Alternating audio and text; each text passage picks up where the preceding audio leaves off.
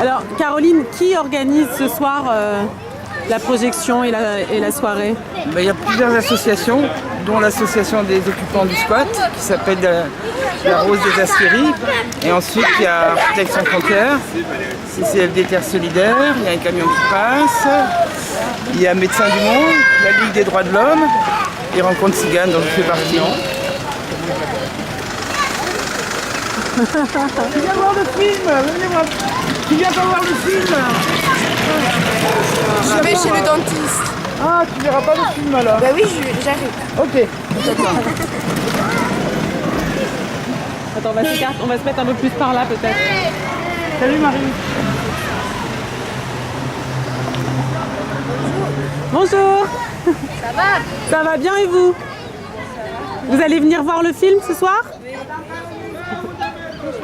Donc là, on est sur un terrain qui est squatté mais stabilisé, donc pour lequel on imagine que des actions vont être possibles sur quelques années. Quelques années, malheureusement, ça va être court parce que c'est 2 ans.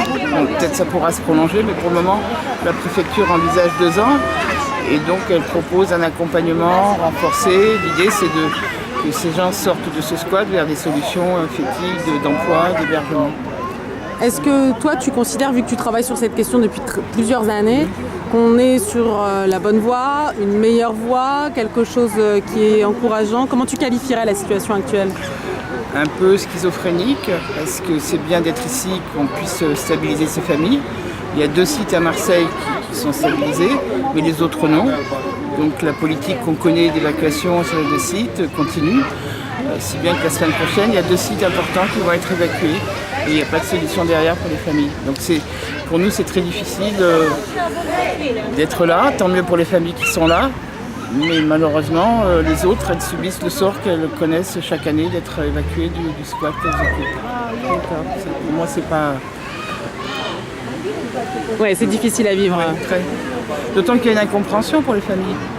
Est-ce que pourquoi eux et pas nous? Enfin, c'est légitime de se poser la question. Et est-ce que tu sais, toi, quels sont les critères qui ont présidé au choix des terrains stabilisés ou pas? Les critères, on les avait posés ensemble, entre guillemets, j'allais dire, avec la préfecture. On disait, quand un terrain ou un squat est de propriété publique, enfin, de collectivité ou quoi, ça c'était des conditions, qu'il n'y ait pas de projet à court terme sur le site, que le site ne représente pas de danger pour les familles qui l'occupent, et qu'il n'y ait pas de problème, comme ils disent, acceptabilité de l'environnement, c'est-à-dire qu'on n'est pas tous les voisins qui montent au créneau.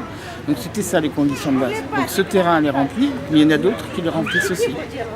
Mais la préfecture n'a pas voulu s'engager sur plus de terrains. Elle a dit 2, on commence par 2. Et nous on s'est toujours opposé à ça en disant ok c'est de là, mais il faut une stratégie globale. Il inclut tous les sites. Parce que le risque c'est de se dire s'il n'y en a que 2, les autres vont de toute façon pas retourner en Roumanie, donc ils vont continuer à... La semaine prochaine, il y aura une évacuation. Bon, on tente une action en justice, mais on ne sait pas ce que ça va donner.